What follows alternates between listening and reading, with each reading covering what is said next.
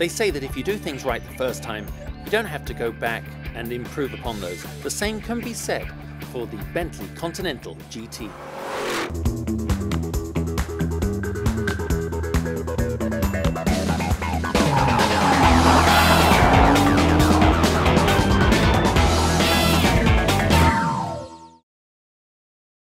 Bentley, the Continental GT. It was a huge success for Bentley. In fact, they sold gajillions of them, and for good reason.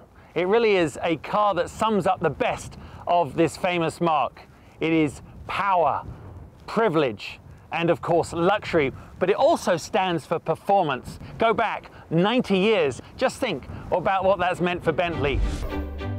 After returning from World War II, W.O. Bentley decided to take his wartime engineering experience into the automotive industry. But it wasn't until W.O. witnessed his first Le Mans race that the future of the brand would be embedded into automotive history.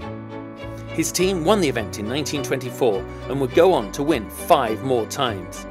But after 1930, they wouldn't return to racing for 70 years until 2001. In classic Bentley fashion, the team went on to win Le Mans, starting a new racing tradition within the brand. Today, Bentley have held true to the originality they brought to the racetrack in the 1920s with the GT3. So as you start to see, maybe it wasn't quite such a mad idea to use this car as the base platform for the new GT. And as I'm about to find out, on a racetrack, this one is pretty fast too.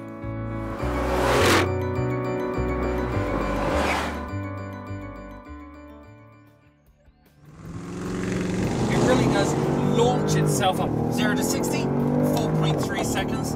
But when those twin turbos spool up, and to be honest, there isn't much down below 1500, 1600 revs, but once it does, kind of cling on and hope that the Autobahn stretches for miles in front of you.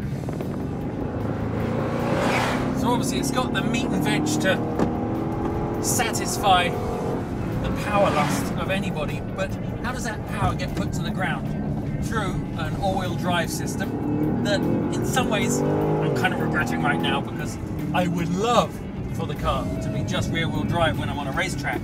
But in real-world application, of course, a 60-40 split, well over 500 horsepower with all this weight, all this dynamic energy moving its way, trying to defy physics, well then, you're probably glad of an all-wheel drive system. And quite obviously, the wads, gobs of modern electronics that help you feel like a driving god. So downshift, get on the power. It's subtle, refined, yet bellowing from those 4 exhaust pipes. And you do have paddle shifters, although even in sport mode it is doing some of that for me. I use it generally on the downshift.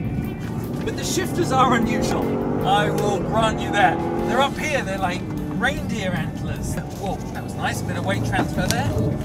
And back on it out the corner.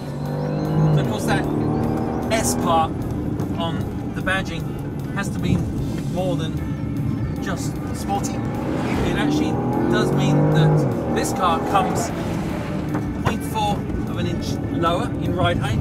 It has stiffer spring rate by 45% on the front, 35% on the rear, which of course just increases the overall roll stiffness of the whole car. So a lot of power, a lot of moving weight, you need big brakes. And certainly the V8S has them. They are in fact, a little tidbit for you, the largest production brake package on any production vehicle. 16.5 front, 14 rear, carbon ceramic, and on the racetrack, I am mighty glad that I have them right now. Oh, and by the way, a mere $13,000 for that option. Although if you can afford this car, I would definitely recommend putting them on. So while not many of us, in fact probably none of us, will get behind the wheel of the Bentley GT3 race car, we can get ourselves into a Continental GT and pretend that we're the modern version of the Bentley boys. Guess what? They're at it again, but not with a full-blown... Talking about the car, you got this. It's about the outside, about the hood, the engine, the big wheel.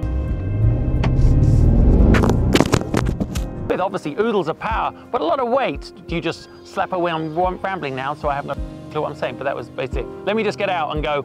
Now, they obviously chose this car for a reason. Let's check it out. Yeah. No, she's right, she's listening. Who? Mother hen. And